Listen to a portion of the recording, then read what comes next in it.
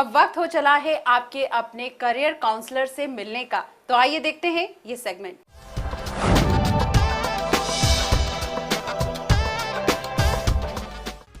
एक रिपोर्ट के मुताबिक national institute of technology NIT ने अपनी सालाना फीस को दुगना किया है। IIT ने भी अपनी फीस में इजाफा किया है। प्राइवेट इंजीनियरिंग कॉलेजेस की फीस में भी 15 से 30% की बढ़त देखी गई है। यानी इंजीनियरिंग की पढ़ाई पिछले कुछ सालों के मुकाबले अब महंगी हो चली है। ऐसे में ऐसी कई सरकारी योजनाएं और स्कॉलरशिप हैं जिनका फायदा इंजीनियरिंग में करियर बनाने वाले युवाओं को मिल सकता है। इन योजनाओं के बारे में आइए जानें अपने करियर एक्सपर्ट से। इंजीनियरिंग सिर्फ ऐसा भी नहीं है कि ये पैसे वालों के लिए ही है, गरीब बच्चे भी इसका फ़ायदा उठा सकते हैं। और मैं आपको बताऊं कि गरीब बच्चों के लिए कई तरह की सुविधाएं भारत सरकार ने, विभिन्न राज्य सरकारों ने दे रखी है। जैसे जो बच्चे SC, ST, OBC माइनॉरिटी में आते हैं, हमारे देश का 80% तबका इस कैटेगरी का है और उनको सरकार पूरी फीस रिम्बर्स करती है।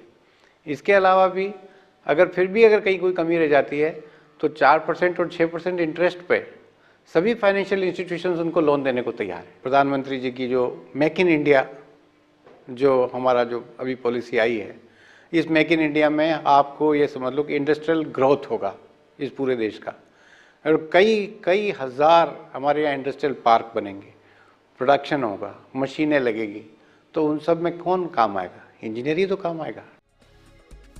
इंजीनियरिंग की पढ़ाई करने के बाद बहुत से ऑप्शंस स्टूडेंट्स के पास उपलब्ध होते हैं। आप गेट का एग्जाम देकर आगे MTech कर सकते हैं।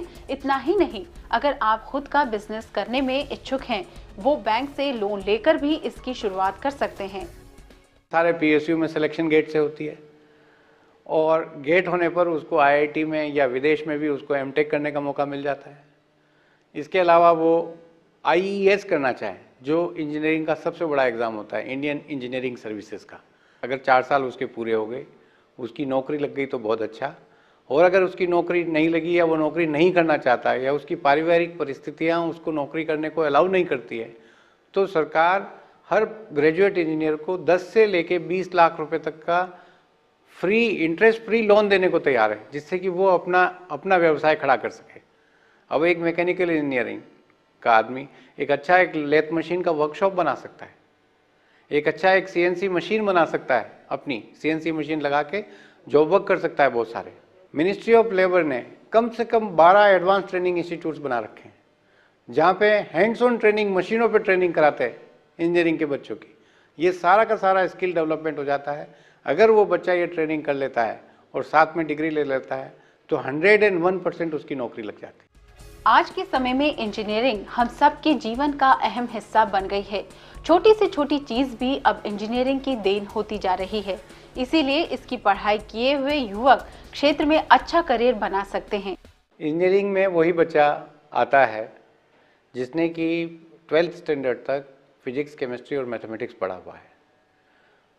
और इंजीनियरिंग में आने से पहले उसको ये तय करना चाहिए कि अगर उसका स्वभाव है, उसके मन में इच्छा है कि मैं कुछ इनोवेशन करूं, कुछ नया करूं, कुछ नई चीज़ प्रोड्यूस करूं, और कड़ी मेहनत करने के लिए जो तैयार होता है वो इंजीनियरिंग में आए।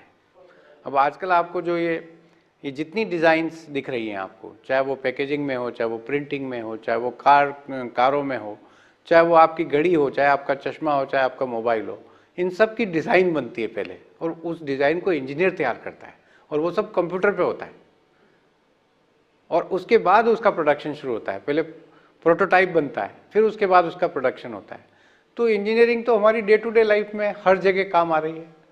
और फिर जो बच्चे मान लिया 12th नहीं कर पाए और 10th के बाद ही उनके पास पारिवारिक परिस्थितियाँ ऐसी है कि भाई वो 10th के बाद आगे नहीं पढ़ पा रहे या वो जल्दी काम चाहते हैं, तो हमारे पास इंजीनियरिंग में पॉलिटेक्निक डिप्लोमा होता है आजकल।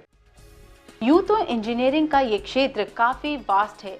कई तरह के ट्रेड्स इसमें मौजूद हैं। आप अपनी रुचि के अनुसार ट्रेड चुनकर उसमें डिग्री पा सकते हैं। विभिन्न प्रकार की स्कॉलरशिप और बैंक लोन की मदद से अब आप भी इंजीनियरिंग कर सकते हैं और एक सफल करियर बना सकते हैं।